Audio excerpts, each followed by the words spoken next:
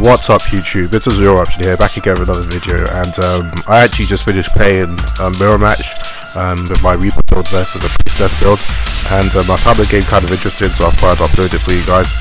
So I'm just going to start playing the video. So I went first. I used Crescent, and I got Star Hall, and normal Summoning Magician, and used Judgment. This is just really basic stuff here. I'm just going for my tower. And I summon the line off the end phase and I discard the Reaper. So he chooses to summon High Priestess immediately, and he pretty much just goes into his typical plays. He does MST the Star Hall, which can be really deadly in the mirror match. I don't get my search because he destroyed it at Chain Link 2. So this is still pretty basic stuff, and he goes to the end phase, adds a bunch of spellbox, and adds a Priestess. And here it's my turn, and I decide to revive Reaper, and I summon Lila, and I actually make a little bit of a misplay here. I actually have an OTK. I could have revived Destroyer, which I milled with Lila, and I have 7 spellbooks. I have a Crescent, a Judgment, a Secret, a Master, a Tower, a Star Hall, and a Power. And I could have made easily made Maggie, and I could have made M7 as well, and basically I could have taken his High Priestess, and then I could have popped his Toon Gemini Elf and proceeded from there. So it was actually a game at this point, but I sort of missed it. My idea here was to actually destroy his Priestess and take it with Maggie afterwards, but yeah, I had an OTK here which I missed. So continuing on with the video, I do destroy his High Priestess and I get my search. I revive Destroyer. This is stuff which I should have done before.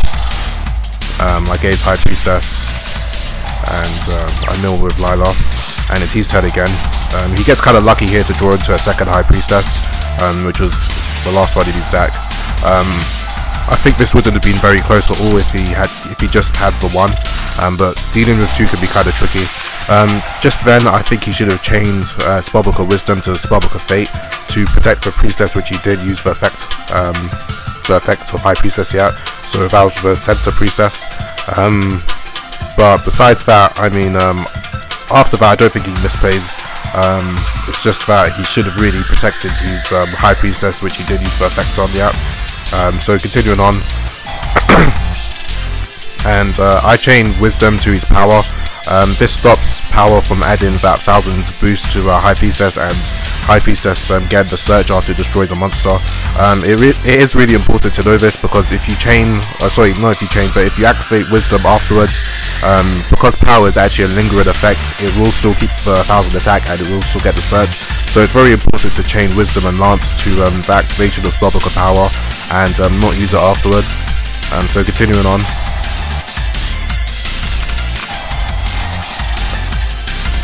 He is actually playing Spellbook, sorry, not Spellbook, Solemn Judgment, which is kind of interesting. And then he summons the Jalgun. This Jalgun's actually really good in the mirror, in this mirror in particular, because it does stop me from summoning a monster during my end phase, because his Judgment will resolve before mine. And here I should have actually used Power on full Lila and attacked over his Priestess, but that was a big misplay. And I go for Bowser, which is pretty much the best I could do in this situation after missing using Power. Here he should have just used Spellbook of Fate to banish Photon Bowser, and it cuts out here. But basically, he went on to use Jalgun's effect, and then I basically gained the next turn because he only has 1550 life points left. So that was game 1. This is game 2 of that Reaper versus High Priestess match which I had. So I'm just going to stop it so it's from my perspective again. And he is going first. And I was lucky enough to draw into Eradicator, which I did side against him, because Eradicator's, you know, it's very live once I get Destroyer and Reaper on the field. So he did actually side with Torp, which does actually put a lot of work for him, as you're going to see during his next turn. I was really looking to hit a Destroyer, but I didn't.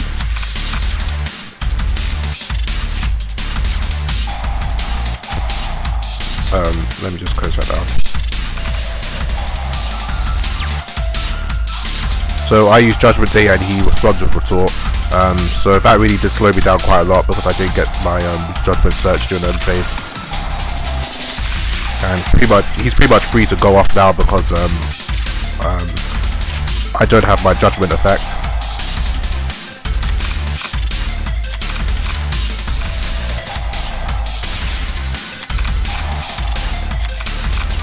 Okay, so it's my turn again and I draw another Judgment and I choose to set it again. And he uses Spellbook of Fate and I respond with Judgment. And he chooses to remove my Spellbook Magician. I probably would have just hit the back row or tower. He chooses to still go off. I think this is a really bad move because his variant, which is the High Priestess variant, which is the main variant, it can't really explode an OTK. And I know for a fact that at 8400 life he's not going to be able to game me. So I think that was a really bad move. He should have just played it really slow. And he's really got to be punished for doing what he did. I just will pause the video here because with my Judgment Search during the end of his last turn, I feel like I probably should have gone for a 4. But it turns out that going for an example is basically the same thing. It's pretty much synonymous with going for 4. So continuing on.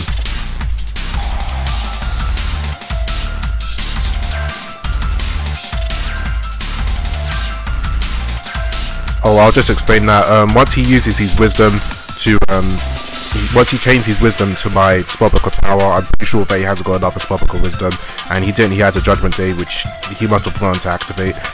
So I safely use Spellbook of Fate to banish his Priestess, and he changed his Spellbook of Fate to banish my Tower. I should have actually flipped Tower after activating Judgment to remove his Tower, and then he would have used Spellbook of Fate, and that would have allowed me to add another Spellbook during my end phase, and it would have made summoning Reaper during the end phase, which I did, which you're going to see near the end of this turn. It would have made it a lot easier, and I wouldn't have had to sort of waste a Reborn and other cards and a Wisdom actually. But continuing on with the video.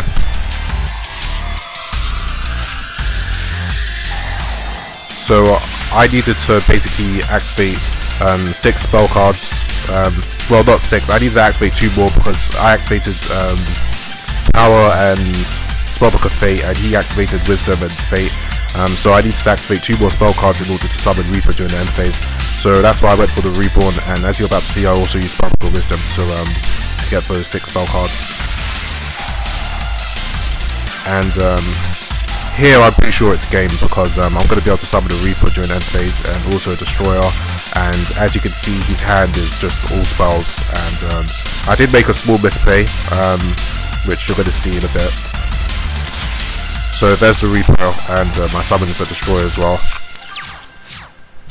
And here I used Eradicator. This was a bit premature. I should have waited for him to use Tower and then chain to Tower's effect and use Eradicator, but it was pretty much the same thing which happened. It just took a bit of it took a bit longer. That's all that really happened. So continuing on,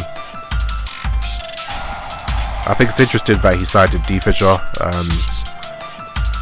Yeah, I think D-Fissure is an okay side against Reaper. So continuing on with the video. So yeah, he got his Tower searches. I was actually expecting 1 when I activated it, and he actually had another one in his hand. So he got to summon 2 monsters. So if you are playing the Mirror and you're playing Reaper and you're up against a Priestess or another proxy build of any kind, and your opponent has a Tower, always wait for your opponent to activate the Tower and then chain Eradicator, chain them to destroy Tower, and it won't get its effect. So that misplay sort of slowed down goes end result of this duel, because once you activate Eradicator, it's pretty much game anyway. It's just a matter of time. But it does also depend on the variant which you're playing against, because I played out of Eradicator with Spellbook Synchro several times, but again, with Priestess it's going to be extremely difficult to play out of that without immense setup, I would say. So continuing on.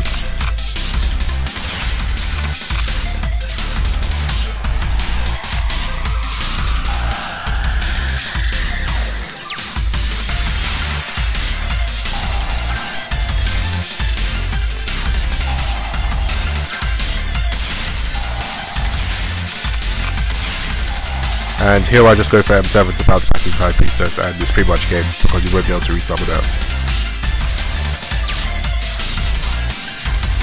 And here he scoops. So I hope you enjoyed the videos, guys. I thought it was a really interesting match. I did misplay a lot, and I feel like my opponent also misplayed. But this just goes to show the sort of matchup Reaper has against other prophecy builds, and also the matchup which High Priestess has against a lot of other prophecy builds.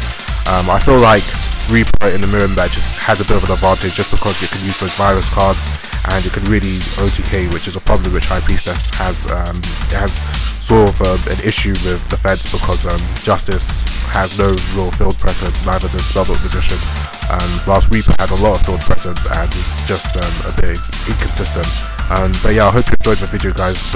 Do remember to like, comment and subscribe. If you have any questions, feel free to ask, and I'll get back to you as soon as possible. So this is Erudite signing out, and I hope you have a nice day.